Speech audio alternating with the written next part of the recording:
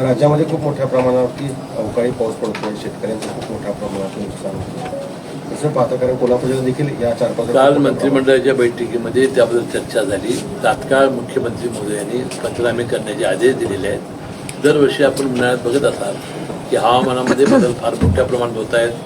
पाऊस, अवकाळी पाऊस, गारपीट यामुळे शेतकऱ्यांचं नुकसान होते आणि ज्या वेळेला असं नुकसान झालं आहे त्यावेळेला केंद्र सरकारच्या निकषाप्रमाणे त्यांना प्रचंड भरपाई देण्याचं काम सरकारनं केलेलं आहे. आता जिल्हा बँकेची परिस्थिती, आता पीक कर्जमाफीची जी घोषणा होती जून महिन्यात वगैरे, काय परिस्थिती झाली पीक कर्जमाफी संबंधित? तरी आता पीक कर्ज जे आहे ते दरवर्षी आमचे शेतकरी हे प्रामाणिकपणानं भरत असल्यामुळं हे 90, 92, 95% वसुली आहे.